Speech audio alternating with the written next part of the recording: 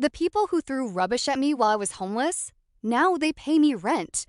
My blood ran cold. Through the plastic of the slide, I could see my father's legs. He was climbing in. If he slid down, he would hit me.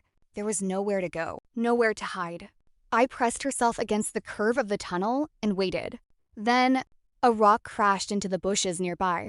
Everyone froze. A woman's voice cut through the darkness. "She's in the trees." I heard my father curse. A second later, he climbed back out of the slide. Footsteps thundered across the playground. Away from me, away. I didn't move. Not yet. My arms burned. My legs trembled. I had been holding myself in place for so long that every muscle screamed in pain. What if they came back? What if this was a trick? Slowly, I crawled higher and peered out from the top of the slide. Flashlights danced through the bushes. The search had moved away from the playground. They still hadn't found me.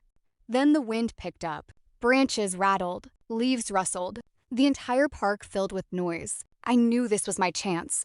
I slipped from the slide and crept across the playground. One step, then another, then another. Nobody noticed. At the fence, I scrambled over and dropped onto the footpath on the other side. I didn't look back. I just ran. Street after street blurred together. My lungs burned. My legs felt like they might give out. Then I saw it, a bus. The doors were still open. I climbed aboard and fumbled through my pocket. $100. Everything I had left in the world. The driver looked at me. "Where are you going?" I looked out the window. My parents were running down the street. Searching, getting closer. My voice shook. Anywhere. The doors hissed shut. The bus pulled away. I watched the street disappear behind me. For the first time that night, I thought I might actually get away. I sat at the back of the bus. Every time headlights appeared behind us, my stomach twisted. Was it them? Every car looked the same. Every shadow looked dangerous. I didn't relax until the bus reached the end of the line. The driver switched off the engine. We're at the last stop. I looked out the window. I had no idea where I was. Rain tapped against the glass.